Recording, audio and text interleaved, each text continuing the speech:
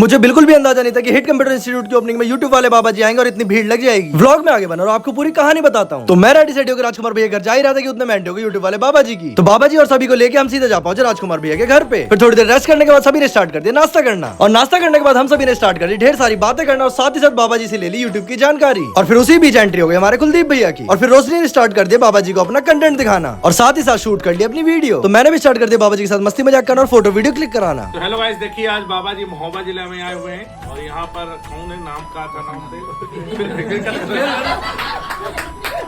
बहुत चलेगी बाबा जी। मस्ती मजाक करने के बाद बाबा जी ने हम दोनों रोशन के बारे में देखिए क्या कहा।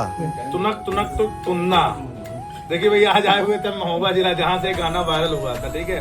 तो रोशन जी हैं, है ना, एक रोशन उधर में बैठे भैया, इनको भी दिखाइए। ये वो स्टार जिनका गाना वायरल हुआ था, समझ रहे हैं आप। बहुत रील बनाई हमने शायद बनाई थी, शायद बनाई थी, याद नहीं था हमको, बनाई थी, ठीक है। तो भैया का ब्लॉगिंग का चैनल है, ब्लॉगिंग करते हैं आप। अच्छा, शादी हो गई आपकी? नहीं अभी नहीं। मतलब यूट्यूब से पैसा कमा के मेहनत करके फिर शादी करेंगे, हैं?